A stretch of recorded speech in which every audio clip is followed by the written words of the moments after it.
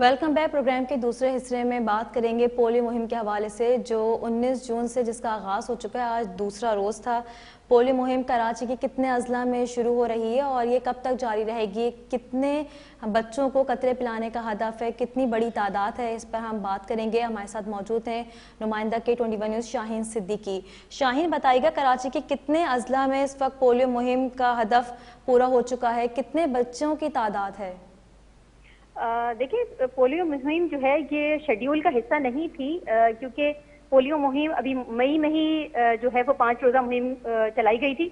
लेकिन जब ये नमूने जो है वो नेशनल इंस्टीट्यूट ऑफ हेल्थ से नमूने जो यहाँ से एनवायरमेंटल सैंपल भेजे गए थे 15 मई को, उसका रिजल्ट आने के बाद जो है ये जो इमीडिएटली जो है वो पोलियो मुहिम चलाई गई है इन इजला में, क्योंकि कराची के एक इजला में जो है वो नमूने जो है वो एनवायरमेंटल सैंपल जो है वो पॉजिटिव आया है पोलियो के हवाले से। तो इस हवाले से ये मुहिम चलाई गई है और ये मुहिम 19 जून से 25 जून तक जारी रहेगी ये मुहिम। और ये ना सिर्फ कराची बल्कि कुछ सिंध के कुछ और इजला में भी जो है वो ये मुहिम चलाई जाएगी, जिसमें 18 लाख से जायद 5 साल से कम उम्र बच्चों को पोलियो कतरे पिलाए जाएंगे। जबकि अगर मैं एनवायरमेंटल सैंपल की बात करूं तो सोराब गोड से सैंपल जो है एनवायरमेंटल सैंपल जो है वो पॉजिटिव आया है, जबकि 8 माह कबल कराची में लांडी के एरिया में जो है वो अगस्त 2022 में एक सैंपल एनवायरमेंटल सैंपल जो है वो पॉजिटिव आया था। जबकि 2018 में आखिरी केस था कराची में जो रिपोर्ट हुआ था पोलियो के हवाले से। 2018 से अब तक कोई पोलियो का केस पूरे सिंध में जो है वो रिपोर्ट नहीं हुआ है, जबकि KPK में काफी जो है वो पोलियो के केस रिपोर्ट हो चुके हैं। गुज़िश्ता साल भी 20 केस रिपोर्ट हुए थे। लेकिन इस वक्त जो है वो सबसे अहम बात यह है कि जब पोलियो मुहिम अभी मई में चली थी तो उसके बाद पोलियो का जो वो एनवायरमेंटल सैंपल जो है वो कैसे पॉजिटिव आया, ये एक सवालिया निशान था। क्योंकि जब पोलियो मुहिम चला दी जाती है, पोलियो मुहिम खत्म कर दी जाती है, तो फिर उसके बाद एनवायरमेंटल सैंपल आने का सवाल पैदा नहीं होता।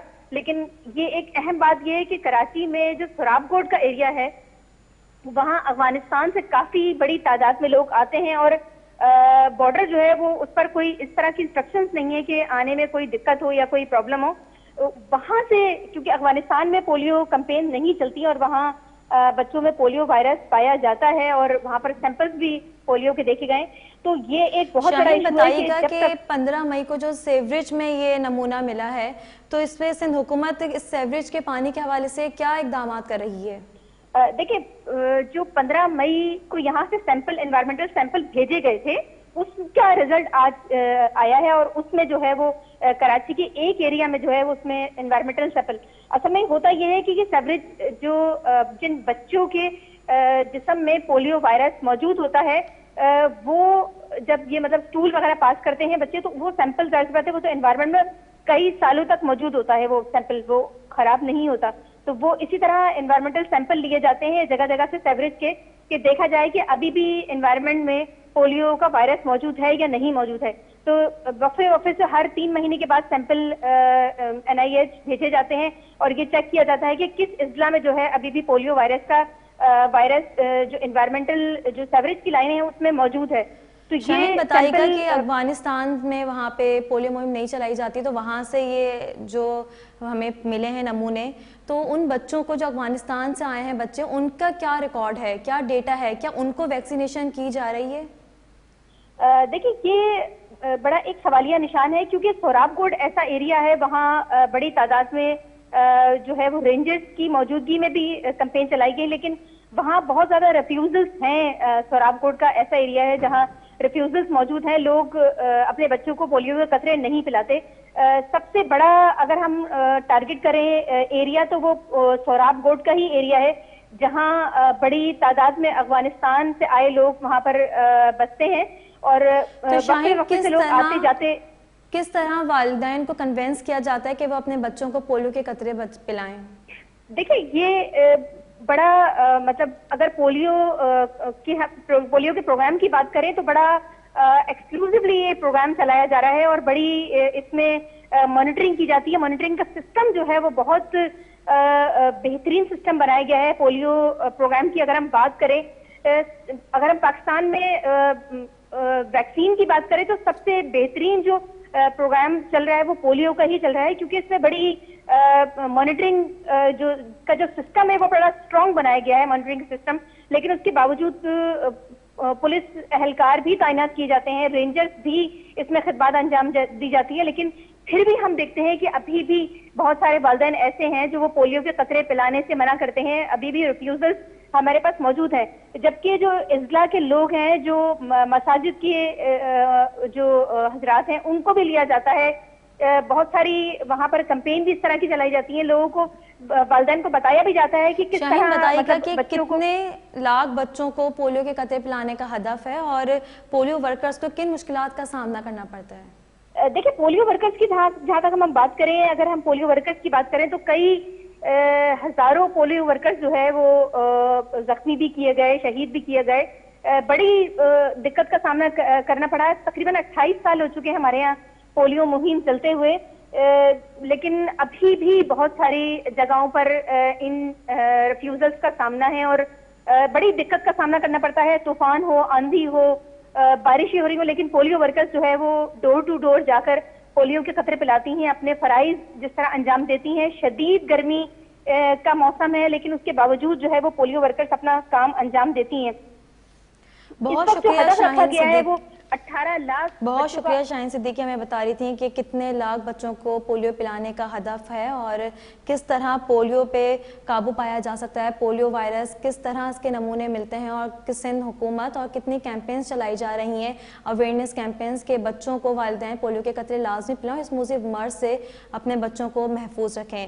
क्राइम की जानिब बढ़ें और आपको बताएं कि शहर कायद में जराइम की वारदातों का सिलसिला जारी है और रवां साल हर तीसरे दिन एक शहरी मुसल्लह डकैतों के हत्थे चढ़ जाता है और अपनी जिंदगी की बाजी हार जाता है। सिंध पुलिस की जानिब से एक रिपोर्ट शाया की गई है, उसमें आदाद शुमार शामिल हैं। हमारे साथ लाइन पर मौजूद हैं चीफ रिपोर्टर असद जैदी। असद, बताइएगा कि क्या आदाद शुमार बताए गए हैं, कितनी डकैती के वारदात हुई है, कितने मोबाइल फोन छीने गए हैं और क्या इकदाम इस पे हो रहे हैं?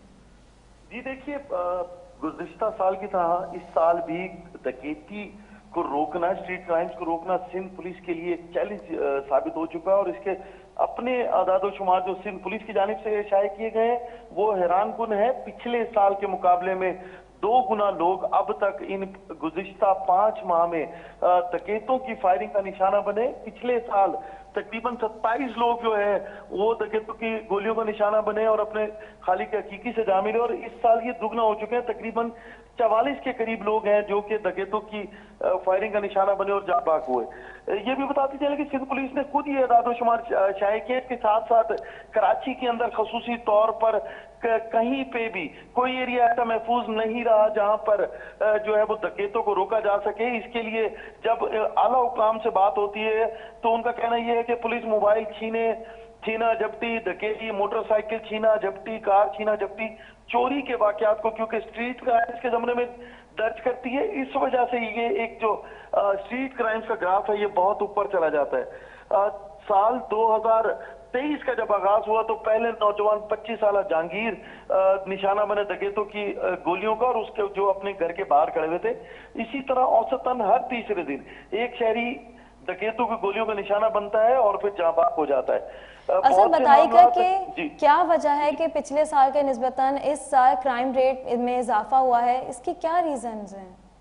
जी देखिए, अगर हम आला हुकाम की बात कर लें, पुलिस के आला हुकाम की या आला अफसरान की बात कर लें, वो भी अपना मौक़िफ़ देते हैं। मैं एक छोटे सा आदादो शुमार आपके सामने बताता चलूं अपने नाज़रीन के लिए कि कराची में पहले 5 माह के दौरान 116 दुकानों में डकैती, 1713 डकैती या चोरी की वारदातें हुई। इसके साथ साथ इस साल अब तक 5 माह में 11,500 से ज्यादा सेलफोन छीन लिए गए। सिंध पुलिस के आदादो शुमार के मुताबिक संगीन लाकानूनियत की वजह से ये तमाम जो वारदातें सर अंजाम हो रही हैं। इसी दौरान शहरियों से कम 518 कारें छीन ली गई हैं, जिनमें से 40 गन पॉइंट पर, जबकि 472 चोरी कर ली गई। ये भी एक बहुत बड़ा अलमिया है कि जब आपके पास सिंध पुलिस के अंदर एक महकमा मौजूद है जो कि छीनी गई गाड़ियों और छीना जब्ती की गाड़ियों को ट्रेस आउट करता है, उसके बावजूद 5 माह के कलील अरसे में 518 गाड़ियां इस तरह से गायब हो जाना। इसके साथ साथ पहले 5 माह के दौरान तकरीबन 4,441 मोटरसाइकिलें चोरी की गई, जबकि 1,151 बंदूक की नोक पर छीन ली गई। इसके साथ साथ इसी अरसे के दौरान छीने या चोरी किए गए मोबाइल फोन्स की तादाद तकरीबन 11,936 रही। अदादो शुमार बताते हैं कि जनवरी से मई के दौरान मुबैना पुलिस मुकाबलों में 38 मुश्तबा डाकू मारे गए, जबकि पुलिस ने ऐसे मुकाबलों के दौरान 444 मुल्जमान को भी जख्मी हालत में गिरफ्तार करने का दावा किया है। अब जब सीनियर अफसरान की बात कर ली जाए तो सीनियर अफसरान का कहना यह है कि एक तो जो प्रॉपर पुलिसिंग नहीं हो रही, दूसरा जो पिकेटिंग होती थी वो प्रॉपर नहीं हो रही, तीसरा जो इंटेलिजेंस बेस जो इंफॉर्मेशन थी वो शेयर की जाती थी वो प्रॉपर शेयर नहीं की जा रही, और चौथा वो सहूलतकार जिनके बारे में आईजी सिंध और फिर एडिशनल आईजी कराची ये कहते दिखाई दिए कि हम सहूलतकारों का भी ताकुब करेंगे और उनके खिलाफ भी कार्रवाइयां करेंगे। बताइएगा कि जो छीने गए मोबाइल फोन्स की इतनी बड़ी तादाद आपने बताई और गाड़ियां छीनी जाती हैं, तो ये कहाँ जाते हैं, क्या होता है इनका?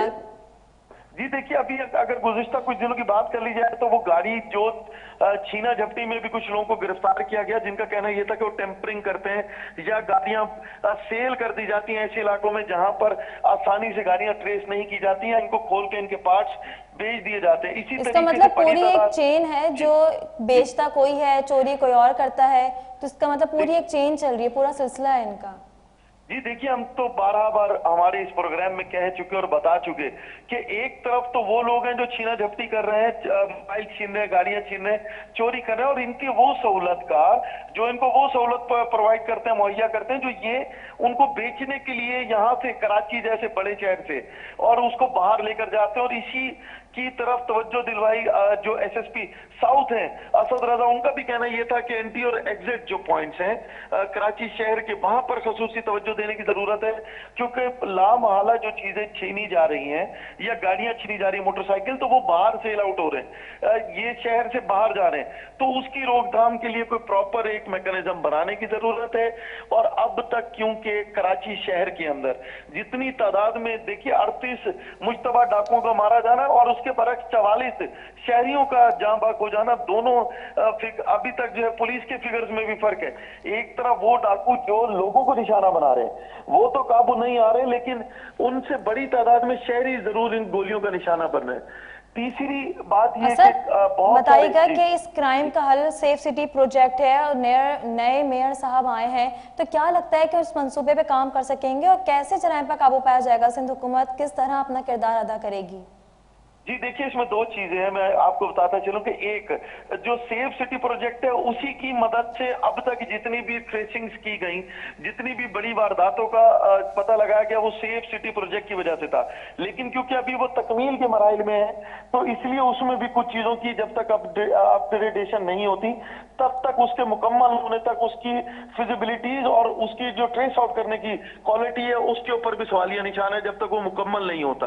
अब जब नए मेयर कराची ने आ चुके हैं और अब क्योंकि मेयर कराची पहले भी रह चुके हैं मुर्तज़ा वहाब, तो उन्होंने पहले भी कराची शहर में हमने देखा कि उन्होंने इन चीजों की तरफ खसूसी तवज्जो दी। अब देखना यह है कि वो किस अंदाज से इससे स्ट्रीट क्राइम्स के जिनको काबू करने की कोशिश करते हैं, क्योंकि ये चैलेंज बना हुआ है खुद एडिशनल आईजी कराची के लिए स्ट्रीट क्राइम्स का जिन, और उसके साथ साथ आईजी सिंध के लिए भी, क्योंकि आईजी सिंध ने जो दावे किए कि हम जो है कर रहे हैं, टैगिंग कर रहे हैं, वो भी होता दिखाई नहीं दिया। इसके बाद उनका ये कहना था कि हमने प्राइवेट बुकला को हायर किया है, वो भी होता दिखाई नहीं दिया।